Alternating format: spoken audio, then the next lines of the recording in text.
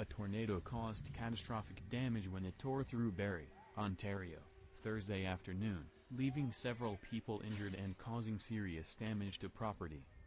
Police in Barrie, which is about 115 kilometers north of Toronto, said they were responding to multiple reports of damage in the southeast part of the city, and paramedics were treating people who had been hurt after the tornado touched down, around 2:30 p.m. Thursday.